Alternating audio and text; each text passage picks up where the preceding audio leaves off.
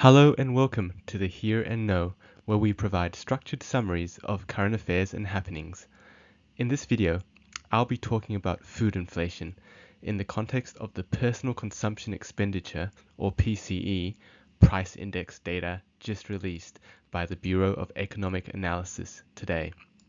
We will go through a quick background on the PCE price index, an overview of food and beverage inflation over the last 4 years, and then a bit more detail on specific food and beverage categories, including protein and dairy, fruit and vegetables, other foods and beverages. Before we get into the numbers, a little bit about the PCE price index. The PCE price index is a measure of inflation. It measures the changes in the prices of goods and services purchased by consumers in the United States.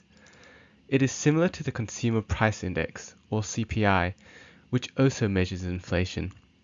However, there are differences between the PCE price index and the CPI. How they are constructed, such as the basket of goods and services used, is different. The PCE historical numbers are revised to make sure they are comparable to the most recent numbers, whereas historical CPI numbers are not revised. Also, the PCE takes into account the substitution effect, which is where consumers will tend to purchase less of a product or service if its price goes up. For instance, if the price of beef goes up, people may eat less beef and more chicken. The CPI numbers do not account for this effect. Further, the CPI numbers are prepared by the Bureau of Labor Statistics, or the BLS, while it is the Bureau of Economic Analysis that prepares the PCE numbers as part of its monthly Personal Income and Outlays reports. To note, the PCE price index is typically used for macroeconomic policy purposes. For example, the Federal Reserve uses the core PCE price index, which excludes food and energy, as a measure of inflation when conducting monetary policy. The final point I would make on the PCE price index is that within the index there are breakdowns of various expenditure types. Importantly for this video, that includes food and beverage PCE price indices.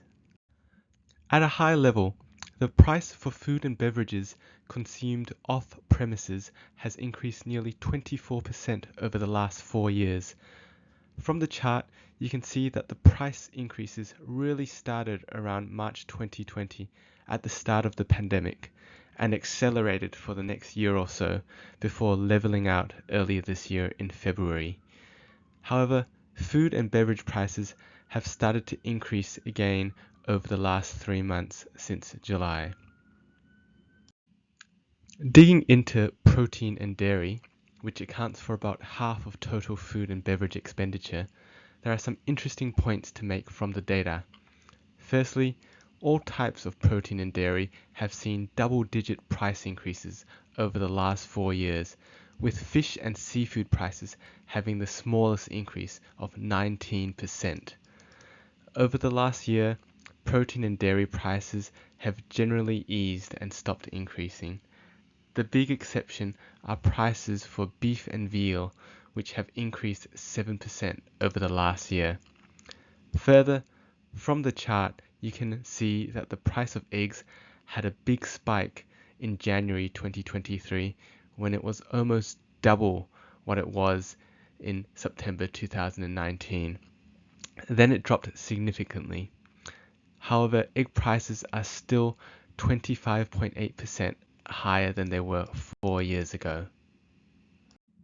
Moving on to healthy fruits and vegetables, we find that fresh fruits and vegetables have not experienced price inflation to the extent that protein and dairy have.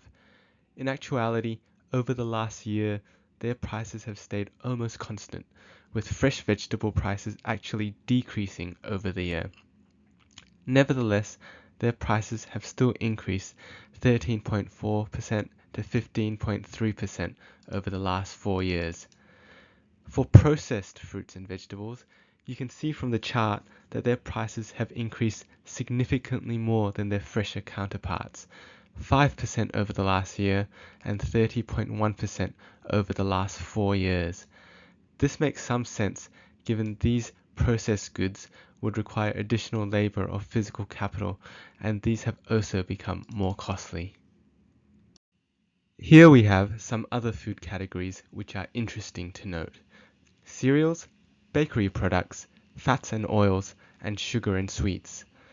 The prices of all these foods have increased significantly over the last 4 years, from 26.9% for cereals to 36.1% for fats and oils. Since Halloween is coming up shortly, I should point out that the prices for sugar and sweets has increased 6.5% over the last year due to droughts and dry weather affecting sugar and cocoa supplies. So this means Halloween candy is, unfortunately, more expensive this year.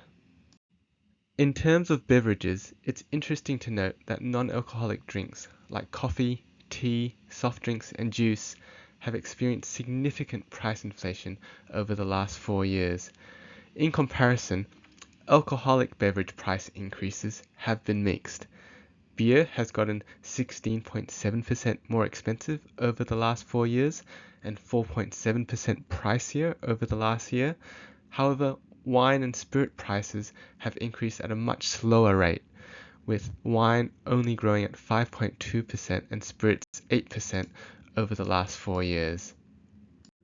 Finally, a few takeaways based on the PCE price index data. When deciding what protein to eat, it is relatively cheaper to eat more fish and seafood and less beef. Or you can eat eggs now that the prices have become much more affordable than earlier this year. You should definitely eat fresh fruit and vegetables. They're healthy and also relatively cheap. And you should probably eat less candy for Halloween. It'll be better for your teeth and your wallet. Lastly, if you're looking for a drink and you're not a teetotaler, then wine and spirits may be the way to go. Thank you for watching this video. I hope you enjoyed it and got something out of it.